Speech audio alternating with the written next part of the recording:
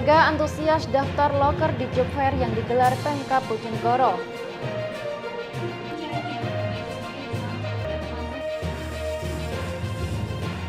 Sehari damkar Tuban evakuasi 4 ular piton berukuran besar.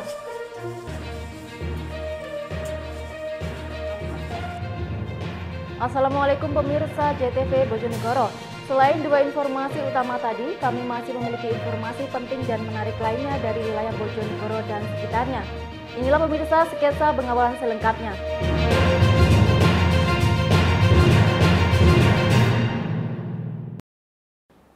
Pemirsa, kita awali informasi yang pertama. Warga Kabupaten Bojonegoro antusias mendaftar lowongan kerja pada job fair dan edu fair yang digelar oleh pemerintah kabupaten setempat. Tercatat dalam setengah hari saja, sejumlah stan perusahaan yang mengikuti job fair ada lebih dari 50 orang yang mendaftar lowongan pekerjaan. Warga di Kabupaten Bojonegoro antusias mengikuti job fair dan edu fair yang digelar oleh pemerintah Kabupaten Bojonegoro melalui Dinas Perindustrian dan Tenaga Kerja setempat. Pada hari kedua ini, warga terlihat memadati stan perusahaan untuk mendaftar maupun menyerahkan perlengkapan berkas lamaran. Job fair dan edu fair yang berlangsung selama 2 hari di Bakorwil 2 Bojonegoro ini, Dinas Perindustrian dan Tenaga Kerja Bojonegoro menggandeng sebanyak 33 perusahaan dari Bojonegoro maupun luar Bojonegoro.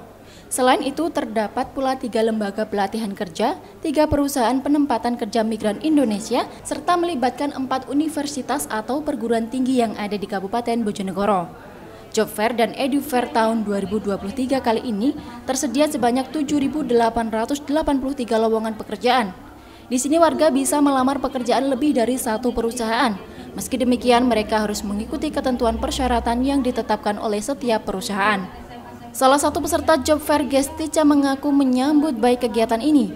Menurutnya, adanya job fair dapat membantu warga lulusan SMA maupun perguruan tinggi yang belum mendapatkan pekerjaan.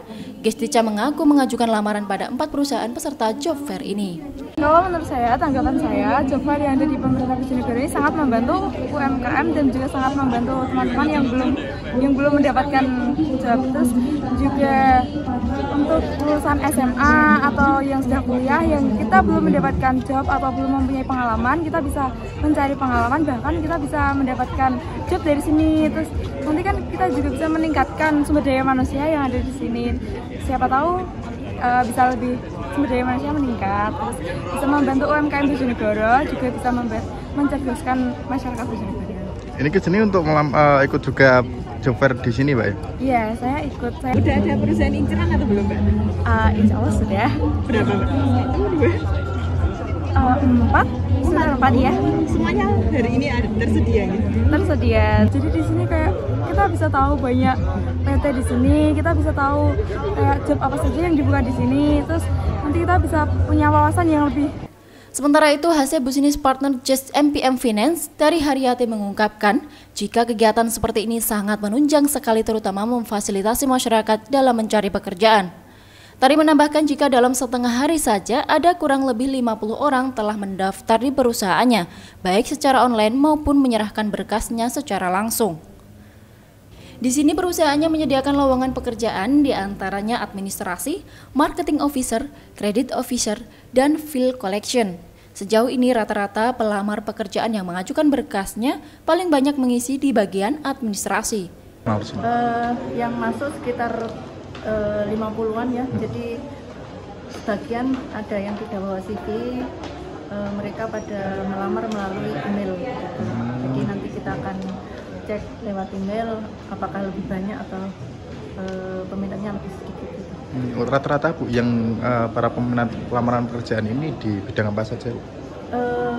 Untuk Bojonegoro ini peminatnya kebanyakan di admin ya, tapi memang kalau lihat peminat anak-anak sekarang itu lebih suka bekerja di dalam dibanding di lapangan. Padahal kalau kita lihat itu potensi untuk di lapangan lebih bagus dibanding yang di dalam. Untuk lamaran, untuk lowongan pekerjaan yang dibuka saat ini apa saja? Ada administrasi, ada marketing officer, credit officer, dan field collection. Tanggapannya Bu dengan adanya job fair dilaksanakan oleh Pemkab Bojonegoro bagi pemuka pekerjaan ini seperti apa? Ya, sangat menunjang sekali ya, memfasilitasi teman-teman yang mencari pekerjaan sehingga kita bisa bekerja sama ya. Edo Jodi Aldian, CTV Bojonegoro. Sementara itu, petugas pemadam kebakaran Kabupaten Tuban mengevakuasi sebanyak 4 ular jenis piton berukuran besar dari sejumlah lokasi dalam 1 hari. Hewan liar tersebut menyelinap masuk rumah melalui celah atap sehingga mengancam keselamatan warga terutama anak-anak. Petugas pemadam kebakaran Kabupaten Tuban mengevakuasi sebanyak 4 ular jenis piton berukuran besar dari sejumlah lokasi dalam 1 hari. 2 dari 4 ekor ular yang berhasil dievakuasi menyelinap masuk rumah melalui celah atap. Di rumah Mujib Hasan di Desa Mulya Agung Kecamatan Singgahan Kabupaten Tuban ini misalnya, hewan liar sepanjang 3 meter ini kepergok sedang merayap melewati celah atap bangunan tanpa plafon. Kondisi serupa juga dialami Frita Aulia, warga Kelurahan Kebonsari Kecamatan Tuban Kota Kabupaten Tuban. Saat sedang mandi, ibu rumah tangga ini dikejutkan dengan keberadaan ular piton. Hewan liar ini juga merayap masuk kamar mandi melalui celah atap. Kabid Damkar Kabupaten Tuban Sutaji mengatakan keberadaan hewan liar membuat panik penghuni rumah karena dapat sewaktu-waktu jatuh dan menyerang. Pemilik rumah kemudian meminta bantuan petugas damkar untuk menangkap ular. Berkat kesigapan petugas, ular berhasil ditangkap hidup-hidup. Sutaji menambahkan memasuki pergantian musim, gangguan hewan liar berupa ular meningkat tajam. Dalam sehari kemarin, petugas damkar menangkap 4 ekor ular di 4 lokasi berbeda, padahal biasanya hanya 1 ekor ular per hari. Ya, kemarin kita panen ular, banyak laporan, ada 4 kejadian. 4 laporan untuk evakuasi ular, 1 di Singgahan, Desa Mulya Agung, kemudian di Karanglukrek, yang 2 di Kebonsari Kota, satunya di Rengel. Itu maksudnya seperti apa nih? Yang di Singgahan Mulya Agung itu siang, itu waktu pemilik rumah di dapur, posisi ularnya menyelinap di bawah genteng, pas di atas dapur itu. Yang mendapati itu dilaporkan kami. Kebetulan pos kami juga sangat dekat sama lokasi, kami segera datang, kami berhasil evakuasi yang di Mulya Agung. Ular piton yang berhasil ditangkap selanjutnya ditampung sementara di kantor Dinas Satpol PP dan Damkar Kabupaten Tuban. Rencananya ular akan dilepas liarkan kembali di habitatnya kawasan hutan. Siki Muhammad, Husni Mubarak, CTV Tuban. Pemirsa, Dinas Ketahanan Pangan dan Pertanian Kabupaten Ngawi tahun ini telah mengalokasikan anggaran sebesar 2 miliar rupiah dari dana bagi hasil cukai hasil tembakau 2023 untuk pembangunan jalan produksi pertanian. Prioritas pembangunan tersebut untuk daerah penghasil pertanian tembakau. Pada tahun 2023 ini, Dinas Ketahanan Pangan dan Pertanian Kabupaten Ngawi melakukan pembangunan infrastruktur untuk peningkatan jalan produksi pertanian.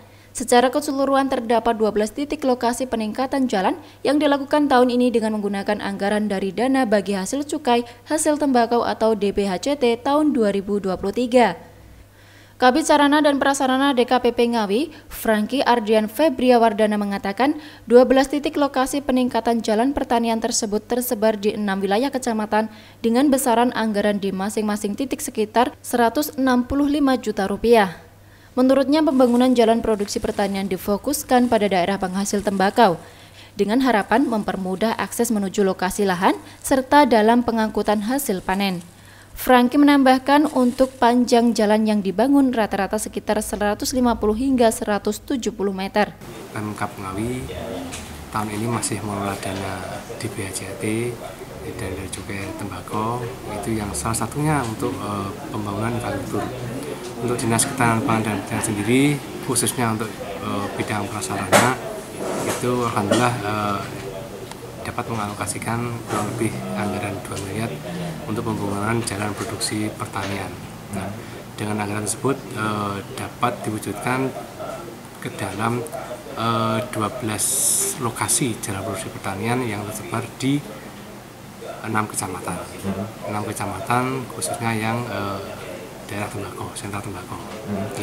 Harapan kami dan juga termasuk harapan dari pemerintah Kabupaten Ngawi itu dengan adanya peningkatan jalan ini dari yang awalnya jalan tanah menjadi jalan rapat, harapannya bisa meningkatkan akses sarana produksi tembakau terutama dari rumah petani ke lahan dan sekaligus termasuk hasil panennya dari lahan ke rumahnya petani masing-masing. Harapannya juga dengan adanya fasilitasi jalan produksi ini juga bisa secara tidak langsung meningkatkan pendapatan petani, terutama petani tembakau. Sementara itu pada tahun 2022 lalu, DKPP juga telah membangun sebanyak 11 titik peningkatan jalan produksi pertanian. Sistem pengerjaan dengan cara regit beton yang diharapkan mampu memperpanjang umur jalan. Ito Wahyu, JTV Ngawi. Petakan TPS rawan bencana, KPU Bojonegoro kumpulkan seluruh PPK. Informasinya sesaat lagi, tetaplah di Spesial Ngawi.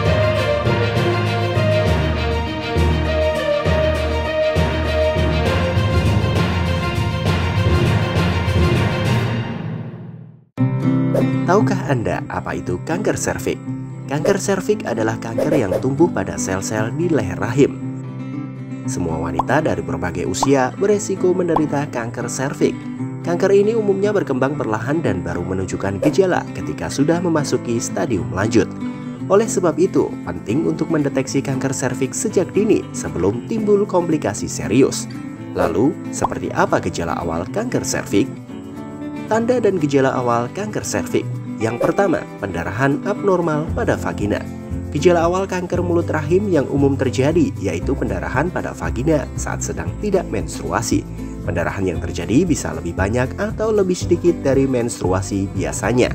Selain itu, pendarahan juga dapat terjadi pada wanita yang sudah menopause atau terjadi ketika sedang berhubungan intim.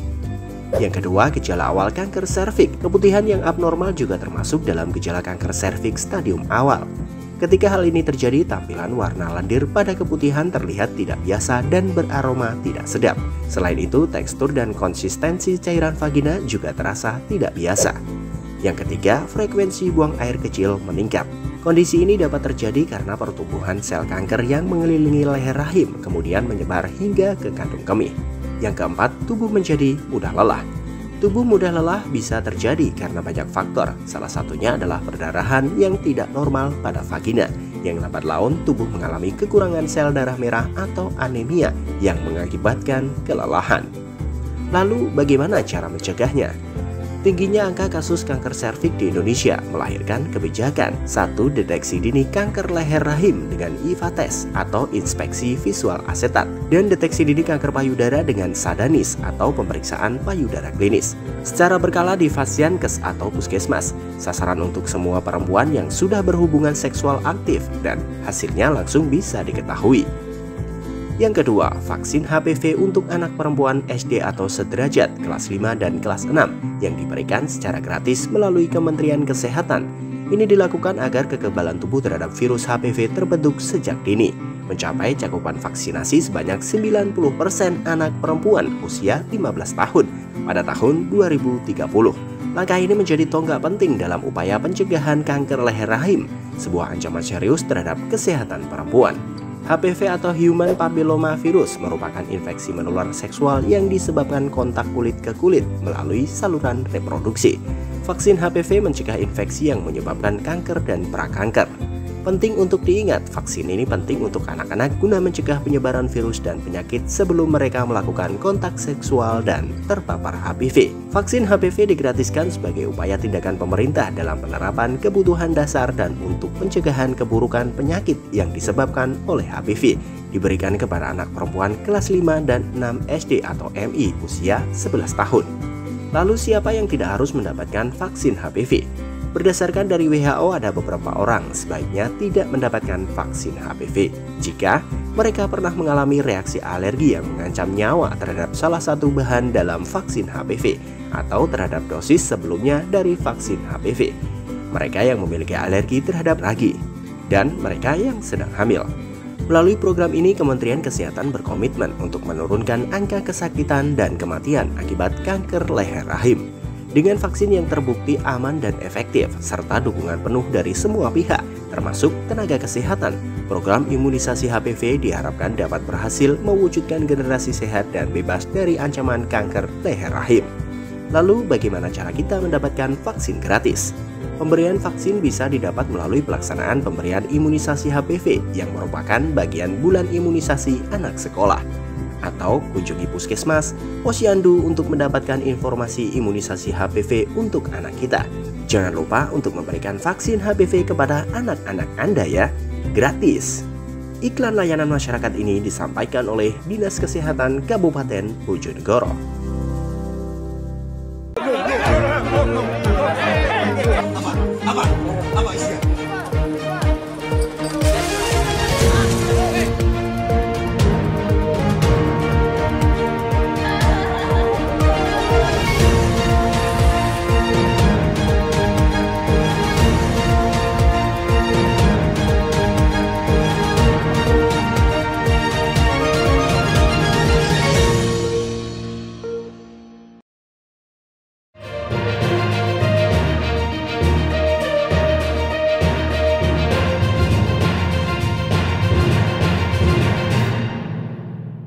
Terima kasih pemirsa, Anda masih bersama kami. Komisi Pemilihan Umum Kabupaten Bojonegoro menggelar rapat koordinasi logistik pemilu 2024 dan tempat pemungutan suara yang rawan bencana. Rakor ini bertujuan untuk memetakan TPS yang mengalami rawan bencana dan penyaluran TPS ke daerah terpencil sehingga pemilu 2024 mendatang berjalan sukses, aman, dan lancar. Komisi Pemilihan Umum Kabupaten Bojonegoro menggelar rapat koordinasi logistik pemilu 2024 dan tempat pemungutan suara atau TPS yang rawan bencana dengan Panitia Pemilihan Kecamatan atau PPK se-Kabupaten Bojonegoro pada Senin siang. Ketua KPU Bojonegoro Fathur Roman mengungkapkan digelarnya rakor dengan seluruh anggota PPK di Kabupaten Bojonegoro ini bertujuan untuk memetakan TPS yang mengalami rawan bencana dan penyaluran TPS ke daerah terpencil. Komisioner Divisi Teknis Penyelenggaraan Divisi Umum Keuangan dan Logistik itu menjelaskan KPU Bojonegoro baru menerima 500 kotak suara dari KPU RI. Sedangkan kebutuhan kotak suara di Kabupaten Bojonegoro sebanyak 21.446 buah. Selain itu pihaknya berpesan kepada PPK agar fokus menjalankan tugas pokok dan fungsi atau topoksi masing-masing, serta agar mengabaikan dahulu konflik internal dengan sesama anggota PPK. Salah satunya 5 anggota PPK per kecamatan mesti kompak hadir di setiap agenda KPU maupun agenda di luar KPU yang berhubungan dengan pemilu 2024 di Kabupaten Bojonegoro. Pihaknya menambahkan peran PPK sangat penting.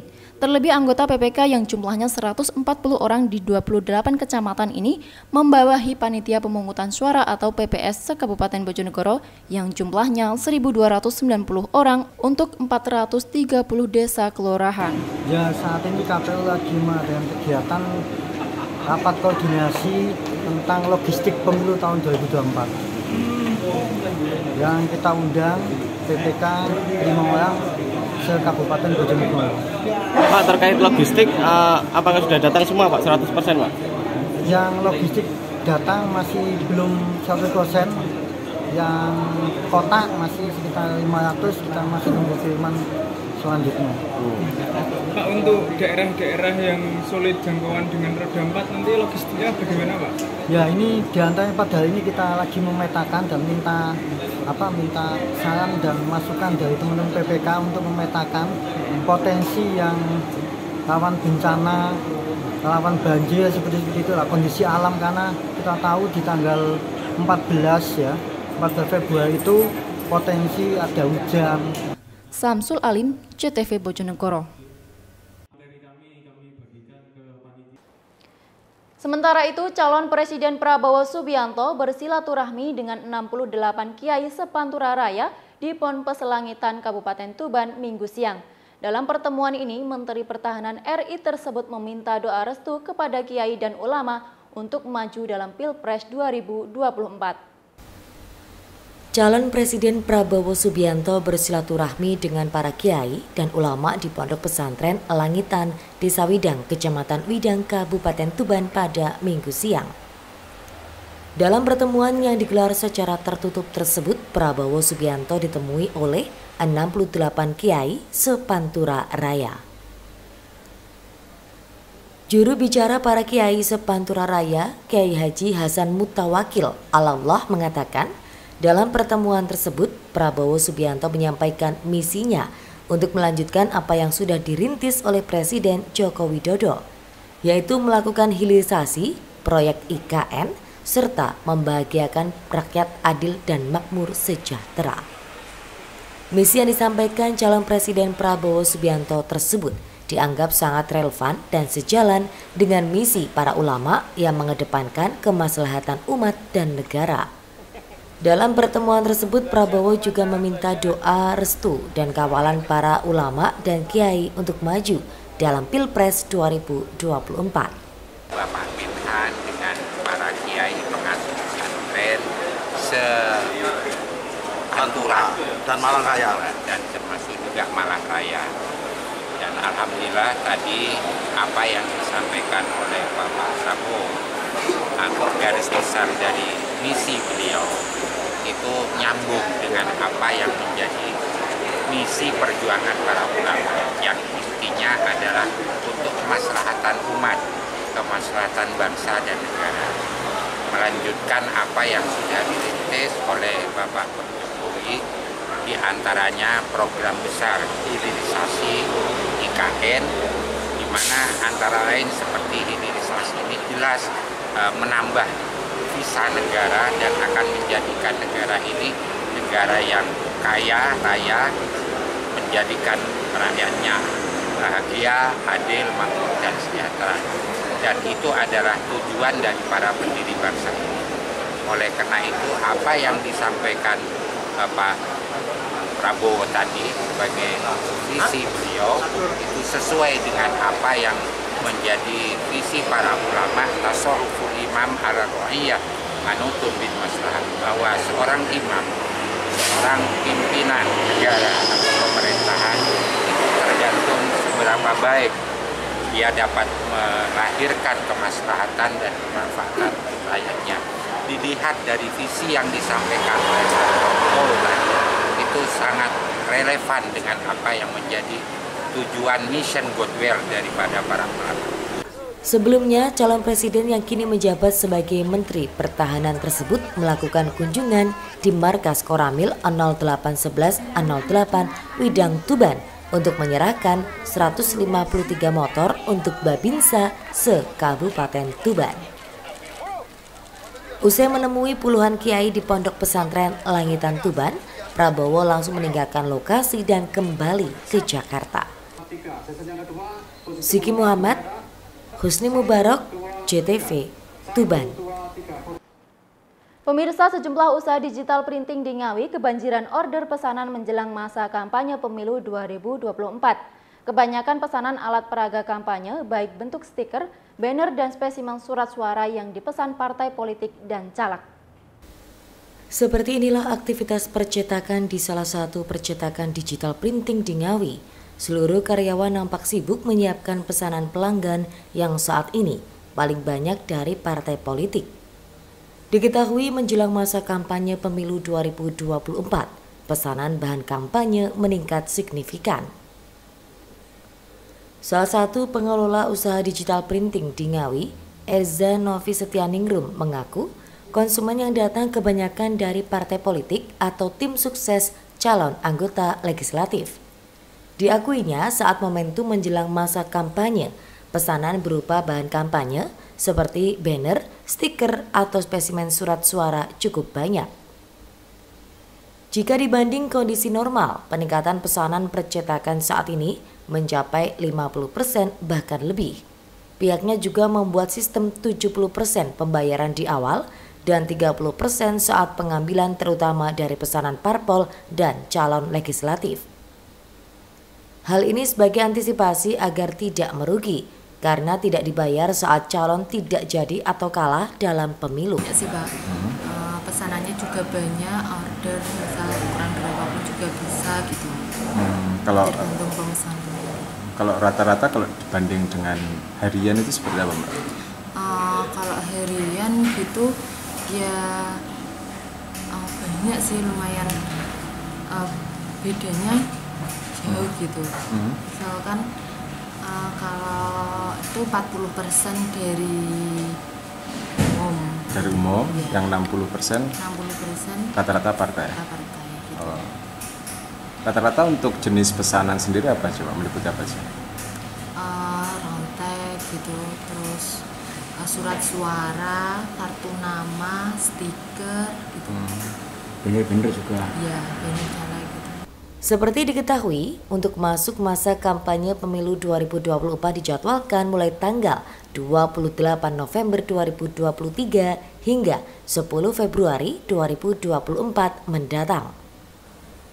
Pada masa kampanye ini akan banyak alat peraga kampanye APK yang terpasang dari para peserta pemilu 2024. Ita Wahyu, JTV, Ngawi. Pacaran di Guduk Pantai Cemara Tuban, seorang wanita ditemukan tewas. Informasinya sesaat lagi, tetaplah bersama kami.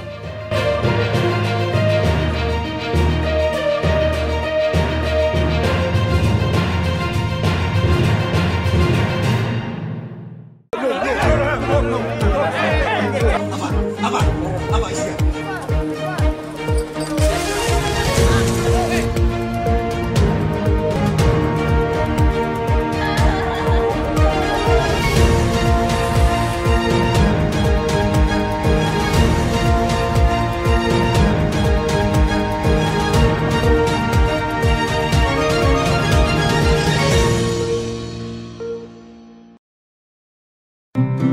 Tahukah Anda apa itu kanker serviks?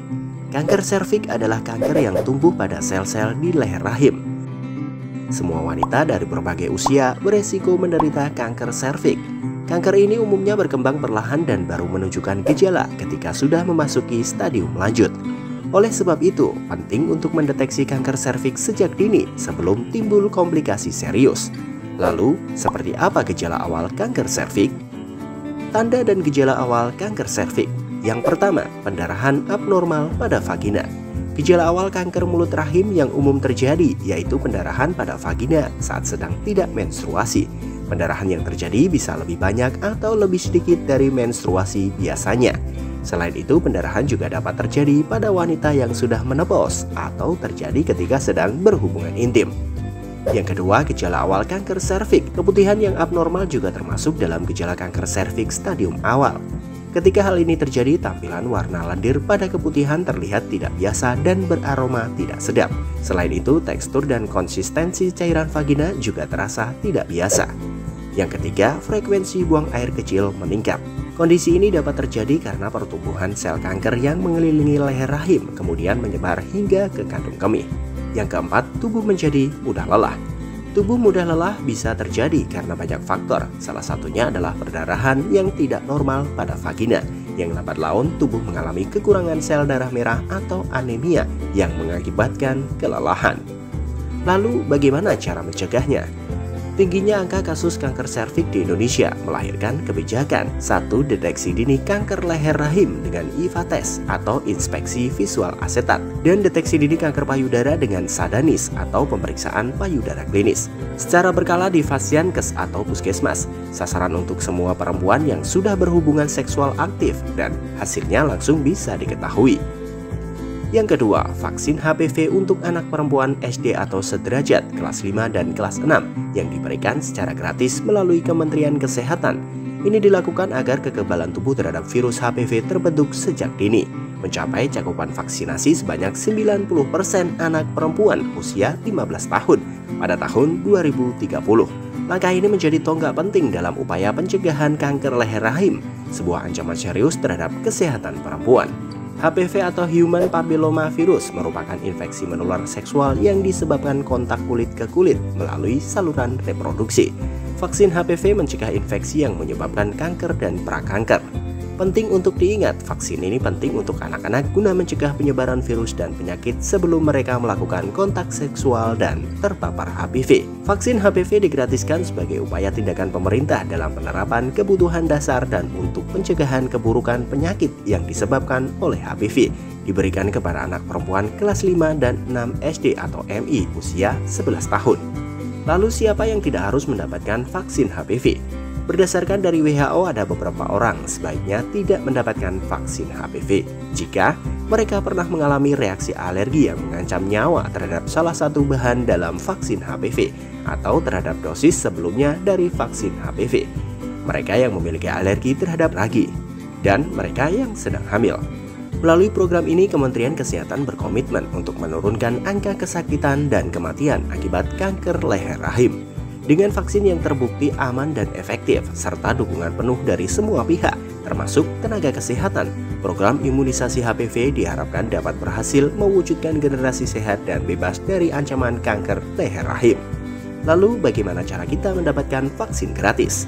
Pemberian vaksin bisa didapat melalui pelaksanaan pemberian imunisasi HPV yang merupakan bagian bulan imunisasi anak sekolah, atau kunjungi puskesmas, posyandu untuk mendapatkan informasi imunisasi HPV untuk anak kita. Jangan lupa untuk memberikan vaksin HPV kepada anak-anak Anda ya, gratis. Iklan layanan masyarakat ini disampaikan oleh Dinas Kesehatan Kabupaten Bojonegoro.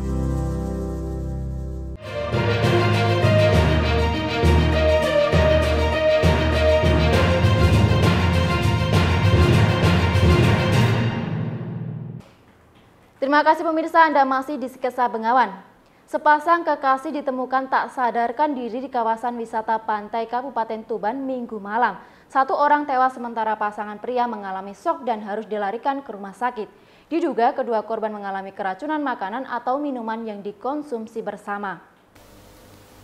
Warga di kawasan Pantai Cemara, Desa Jenuh, Kecamatan Jenuh, Kabupaten Tuban digemparkan dengan penemuan sepasang kekasih tak sadarkan diri di sebuah gubuk kawasan wisata setempat pada Minggu malam. Sang wanita berinisial N, 29 tahun, warga Kelurahan Doromukti, Kecamatan Kabupaten Tuban, diketahui meninggal dunia. Sementara pasangannya berinisial C, 35 tahun, warga Desa Temaji, Kecamatan Jenuh, Kabupaten Tuban. Tak ada yang tahu pasti bagaimana korban tewas. Awalnya pasangan kekasih ini duduk-duduk di salah satu gubuk menghadap pantai. Mereka menikmati senja sambil menyantap makanan dan minuman. Memasuki malam, pengelola warga sekitar mendengar teriakan meminta tolong. Setelah ditelusuri, ternyata sumber suara berasal dari pria berinisial C yang tergeletak tak dapat menggerakkan kaki dan tangannya di bawah gubuk. Sementara korban wanita berinisial N tergeletak di dalam gubuk dalam kondisi sudah tidak bernyawa. Kasus ini kemudian dilaporkan kepada aparat kepolisian. Polisi langsung melakukan identifikasi mayat korban dan olah TKP. Sejumlah benda diamankan petugas dari lokasi kejadian seperti tas, handphone, kotak makanan, dan bungkus makanan milik korban, serta gelas plastik bekas minuman. Guna kepentingan penyelidikan, mayat korban dilarikan ke kamar jenazah RSUD Tuban untuk dilakukan otopsi. Sementara pria berinisial C yang mengalami syok berat juga harus dilarikan ke rumah sakit karena sulit menggerakkan tangan dan kaki. Tiba-tiba korban langsung roboh dan meninggal dunia. Sementara proses penyelidikan dari Polres maupun dari Polsek. Awalnya dua sejoli ini duduk-duduk atau gimana? Sore hari gitu ya? Iya, sore hari. Polsek mendapat laporan sekitar jam berapa nih? Habis maghrib tadi. Untuk penyebabnya masih proses penyelidikan dari Polres maupun Polsek. Kedua sejoli tadi itu pasangan sama istri atau apa? Belum. Informasi awal dari masih pacaran kan. Kondisi yang laki-laki gimana? Tadi tidak sadarkan diri karena kejadian ini shock kali gitu. Belum diketahui secara pasti penyebab utama kematian korban. Polisi tak menemukan tanda-tanda bekas penganiayaan pada tubuh korban. Dugaan sementara korban mengalami keracunan makanan yang dikonsumsi. Namun polisi masih menunggu hasil otopsi. Siki Muhammad, Husni Mubarak, CTV, Tuban. Sementara itu, seorang pengendara motor asal Kabupaten Bojonegoro meninggal dunia setelah menabrak truk yang sedang parkir di bahu jalan Poros Pantura, Kabupaten Lamongan Minggu pagi. Diduga kecelakaan ini terjadi akibat korban kurang konsentrasi saat berkendara. Kecelakaan ini terjadi di jalur Poros Pantura, Desa Warukulon, Kecamatan Pucuk, Kabupaten Lamongan pada Minggu pagi. Seorang pengendara motor tewas di lokasi kejadian setelah menabrak truk yang parkir di bahu jalan. Kecelakaan bermula saat motor Nopol AG 4229 VBS yang dikemudikan Renalivin Dwi Surya Putra, warga desa Seraturejo, Kecamatan Baruno, Bojonegoro, melaju dari arah timur ke barat atau dari arah Lamongan ke Babat. Sesampainya di lokasi kejadian, diduga korban kurang konsentrasi sehingga motor yang dikendarainya oleng. Motor yang melaju kencang selanjutnya menabrak bagian belakang truk Nopol L8127UL yang sedang parkir di bahu jalan setempat. Kerasnya benturan membuat tubuh korban dan sepeda motor yang dikendarainya masuk di dalam kolong truk. Petugas sempat kesulitan mengevakuasi jasad korban yang terjepit di bawah truk. Setelah berhasil dievakuasi, jasad korban kemudian dibawa ke RSUD Lamongan. Baik, kami petugas yang melaksanakan TP-TKP dari Satlantas Polres Lamongan, menurut keterangan saksi di lapangan ataupun masyarakat di sekitar TKP, dijelaskan bahwa kendaraan truk Nopol L8127UI milik warga Gempol Pading Pucuk terparkir di bahu jalan. Sebelum mengalami kecelakaan lalu lintas, pengendara sepeda motor AG 4229 VBS melaju dari timur ke barat karena kurang konsentrasi sehingga terjadi tabrak depan belakang. Dan ini truknya sendiri ini sudah berapa hari dan parkir di bahu jalan ini? Menurut keterangan warga ataupun saksi di sekitar TKP, truk tersebut terparkir di bahu jalan mulai dari kemarin. Kasus kecelakaan ini kini dalam penanganan unit laka lantas Polres Lamongan. Zulkifli Zakaria, JTV, Lamongan. Pemirsa, kenaikan harga kedelai impor membuat sejumlah pengusaha tempe di Kabupaten Lamongan terpaksa merumahkan sejumlah pekerjaannya. Harga kedelai impor yang kini tembus Rp13.500 per kilogramnya membuat biaya operasional membengkak dan tidak sebanding dengan hasil yang didapatkan. Harga kedelai impor di pasaran terus mengalami kenaikan. Jika sebelumnya hanya dijual Rp9.000 per kilogram, kini terus naik hingga menembus harga Rp13.500 per kilogramnya. Kondisi ini dikeluhkan oleh para pengusaha tempe di Kabupaten Lamongan. Kondisi tersebut salah satunya seperti yang dikeluhkan para pengusaha di sentra industri tempe rumahan di Desa Kedung Megari, Kecamatan Kembang Bahu, Kabupaten Lamongan. Sejak kenaikan harga kedelai impor, mereka berusaha melakukan sejumlah cara, seperti memperkecil ukuran hingga mengurangi komposisi kedelai. Namun usaha tersebut justru membuat mereka kalah saing dengan pabrik tempe berskala besar. Kondisi ini membuat mereka terpaksa merumahkan sejumlah pekerja. Pasalnya, sejak harga kedelai naik, biaya produksi yang mereka keluarkan juga naik. Namun, hasil yang didapatkan justru terus mengalami penurunan. Pengrajin tempe merasa itu ibaratnya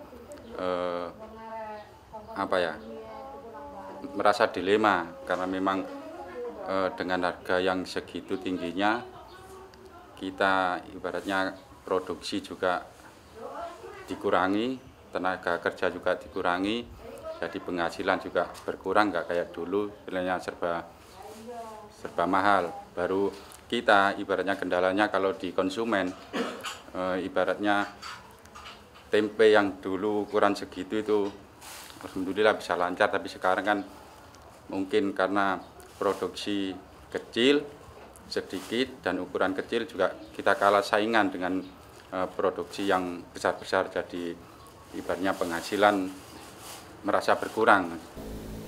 Sementara itu, Kepala Desa Kedung Megari, Fatur Roman, mengatakan akan terus melakukan upaya untuk memberikan subsidi kepada para pengusaha tempe rumahan di desanya. Pasalnya sejak 5 bulan terakhir, harga kedelai terus melambung tinggi sehingga membuat para pengusaha tempe di desanya nyaris gulung tikar. Berpengaruh penuh pada pengrajin tempe sehingga produksi tempe agak diperkecil, terus kemudian karyawan-karyawannya juga di PHK sama pihak pengelola pengrajin tempe. Nah, pihak pemerintah desa mengupayakan untuk mencari program subsidi kedelai. Masalahnya kedelai terlalu naik tinggi. Yang biasanya harga kedelai standar 9.000 sekarang 12.500. Nah itu kasihan sama pengrajin tempe. Sehingga produksinya tidak bisa maksimal. Keuntungannya tidak bisa maksimal seperti harga kedelai standar yang kemarin 9.000. Ini sudah hampir 5 bulan harga kedelai naik pesat, naik tinggi 12.500. Atas kondisi ini, Pemdes dan pengusaha tempe setempat berharap pemerintah segera turun tangan mencarikan solusi. Zulkifli Zakaria, JTV, Lamongan. Pemirsa, informasi tadi sekaligus mengakhiri jumpa kita di Sketsa Bengawan edisi hari ini. Jangan lupa follow akun sosial media kami di alamat di bawah ini. Saya beserta seluruh kerabat kerja yang bertugas mohon undur diri dari hadapan Anda. Wassalamualaikum, salam JTV Bojonegoro.